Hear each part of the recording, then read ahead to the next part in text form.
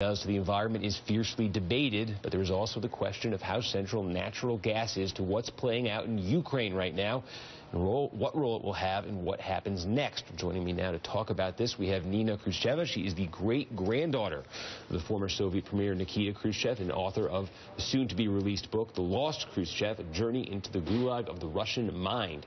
She's also an associate professor of international affairs at the New School. Still at the table with us, we have Kate Nocera of BuzzFeed, who's been writing about what Congress will be doing on Ukraine. Miriam Elder, foreign editor, also at BuzzFeed, and Coral Davenport, an energy and environment policy reporter for the New York Times. Coral, I want to start with you because it was sort of your reporting this week that got us looking at this particular angle about natural gas in Ukraine. The idea here, I guess, is that right now Putin has leverage over not just Ukraine but Europe, because they're so dependent on Russia for this natural gas through this pipeline. But the U.S. will eventually, and it's not something that's going to happen overnight, but the U.S. eventually has a plan to counter that by exporting its own natural gas that will take away leverage from Putin?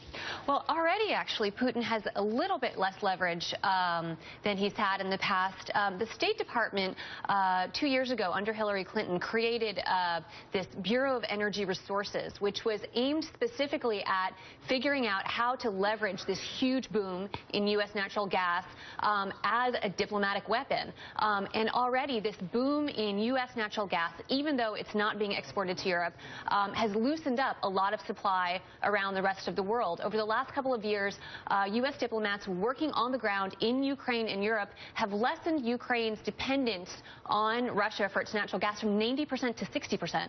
That's still a huge dependence, but it's a lot less than it was, and that's in part because Europe and Ukraine can get natural gas from Africa, from other parts of the world, because the U.S. supply has loosened up that other supply. So now at the State Department, there's a concerted push to look to start exporting U.S. natural gas in the coming years and further lessen that chokehold. So there's definitely a strong diplomatic push to say, you know, if we can get some of that U.S. natural gas over to Europe or out in the global market, then in the coming years, we really could see Ukraine and Europe loosening that decades-long hold that Russia has had on its energy supply. So Nina, what would happen if what Coral is describing plays out over the next few years? How much would that change the dynamic between Russia and Ukraine and really Russia and Europe?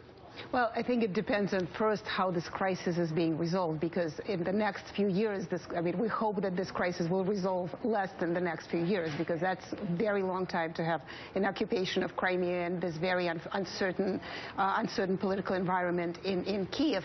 But it's certainly a good progress, because from 90% to 60%, and then it's going to be 40%. So I think there is a bit of a threat to Vladimir Putin and his power. The problem is that I'm not really sure that Vladimir Putin sees those threats anymore, because he's so gung-ho on taking over Crimea as a former jewel and now the current jewel of Russia, that he thinks that he's going to find other ways to circumvent it. And by the time the United States may or may not export the gas, he already will have all the pieces that he needs to continue to control Ukraine and Europe, for that matter. Right, because again, we are talking about a longer-term thing. I guess, Miriam, the question in the shorter term is, and I was sitting in for Rachel Maddow last night. We had Julia Yaffe on from New Republic, who's been reporting on this, and she just bluntly said, when it comes to Crimea, Crimea is lost right now. It is lost to Putin. I mean, there are Russian troops there. There's this referendum coming up. There's a government in place that wants to be part of the Russian Federation, and there's obviously no willingness on the U.S.'s part or anyone in the West to put troops on the ground to stop this.